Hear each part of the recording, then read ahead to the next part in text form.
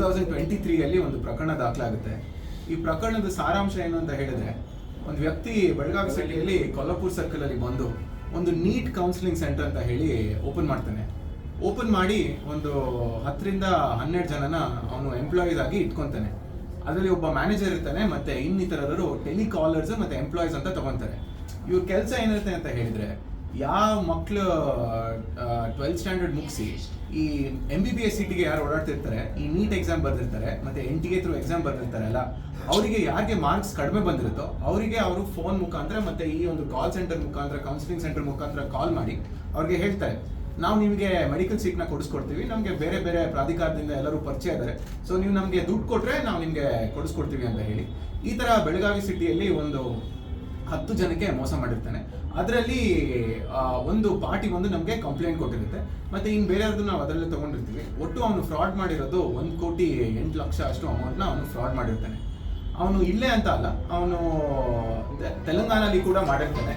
ಅವನ ಮೇಲೆ ಒಟ್ಟು ಪಂಜಾಗುಟ್ಟ ಪೊಲೀಸ್ ಸ್ಟೇಷನಲ್ಲಿ 7 ಪ್ರಕರಣ ದಾಖಲಾಗಿರುತ್ತೆ, ಮತ್ತೆ ಜೂಬ್ಲಿ ಹಿಲ್ಸ್ ಪೊಲೀಸ್ ಸ್ಟೇಷನಲ್ಲಿ 4 ಪ್ರಕರಣ ದಾಖಲಾಗಿರುತ್ತೆ, ಮತ್ತೆ ನಮ್ಮ ಬ್ಯಾಂಗ್ಳೂರಲ್ಲಿ ಅಶೋಕ್ ನಗರ್ ಪೊಲೀಸ್ ಸ್ಟೇಷನಲ್ಲಿ 1 ಪ್ರಕರಣ ದಾಖಲಾಗಿರುತ್ತೆ, ಮತ್ತೆ ಭೋಪಾಲಲ್ಲಿ, ಮಧ್ಯಪ್ರದೇಶ್ ಭೋಪಾಲಲ್ಲಿ ಕ್ರೈಮ್ ಬ್ರಾಂಚ್ ಅವರು ಅವನ ಮೇಲೆ ಒಂದು ಪ್ರಕರಣ ದಾಖಲು ಮಾಡಿರ್ತಾರೆ, ಮತ್ತೆ ಬ್ಯಾಂಗ್ಳೂರ್ ಸಿಟಿಯಲ್ಲಿ RT ನಗರ್ ಪೊಲೀಸ್ ಠಾಣೆಯಲ್ಲಿ ಕೂಡ ಒಂದು ಪ್ರಕರಣ ದಾಖಲಾಗಿರುತ್ತೆ. ಇದೇ ಒಂದು ಮೋಡಸ್ ಆಪರೆಂಡಿ ಆಗಿರುತ್ತೆ.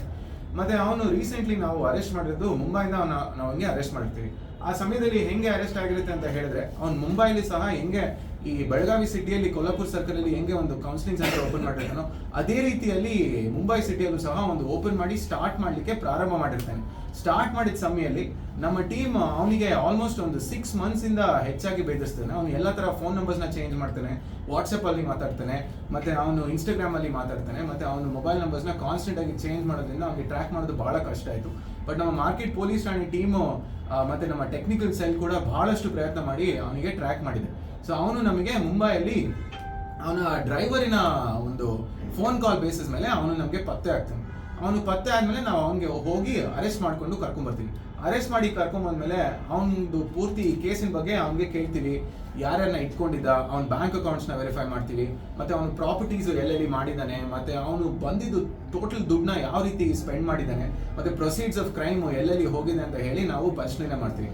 ಪರಿಶೀಲನೆ ಮಾಡಿದಾಗ ನಮಗೆ ನಾವು ಹೋಗಿ ಅವನಿಗೆ ಕರ್ಕೊಂಡೋಗಿ ರಿಕವರಿ ಮಾಡ್ಕೊಂಡು ಬರ್ಲಿಕ್ಕಾಗಿದ್ದು ಈಗ 12 lakh rupees ನಾವು ಅವನ ಹತ್ರ ರಿಕವರಿ ಮಾಡ್ಕೊಂಡಿದ್ದೀವಿ.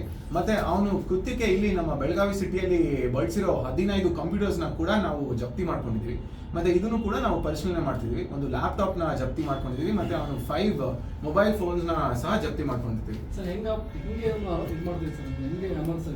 ಇವನು ಏನ್ ಮಾಡ್ತಿದ್ದ ಅಂತ ಹೇಳಿದ್ರೆ, ಯಾರ ಮಕ್ಕಳಿಗೆ ಕಡಿಮೆ ಮಾರ್ಕ್ಸ್ ಬಂದಿರುತ್ತೆ, ಸ್ವಲ್ಪ ಜನ ಮಕ್ಕಳಿಗೆ ಮಾರ್ಕ್ಸ್ ಜಾಸ್ತಿ ಬಂದವರಿಗೆ ಆಟೋಮ್ಯಾಟಿಕ್ ಎಲಿಜಿಬಿಲಿಟಿ ಆಗುತ್ತೆ, ಸ್ವಲ್ಪ ಜನಕ್ಕೆ ಗವರ್ಮೆಂಟ್ ಸೀಟ್ ಸಿಗುತ್ತೆ, ಸ್ವಲ್ಪ ಜನಕ್ಕೆ ಬೇರೆ ಕ್ಯಾಟಗರೀಸ್ ಅಲ್ಲಿ ಸೀಟ್ ಸಿಗುತ್ತೆ. ಯಾರಿಗೆ ಬಹಳ ಕಡಿಮೆ ಸೀಟ್ ಬಂದಿರುತ್ತೆ ಅವ್ರಿಗೆ ಕಾಲ್ ಮಾಡ್ತಿದ್ದ, ಟೆಲಿಕಾಲರ್ ಮೂಲಕ ಕಾಲ್ ಮಾಡಿಬಿಟ್ಟು ಅವನು ಎಂಪ್ಲಾಯ್ ಮಾಡ್ಕೊತಿದ್ದ.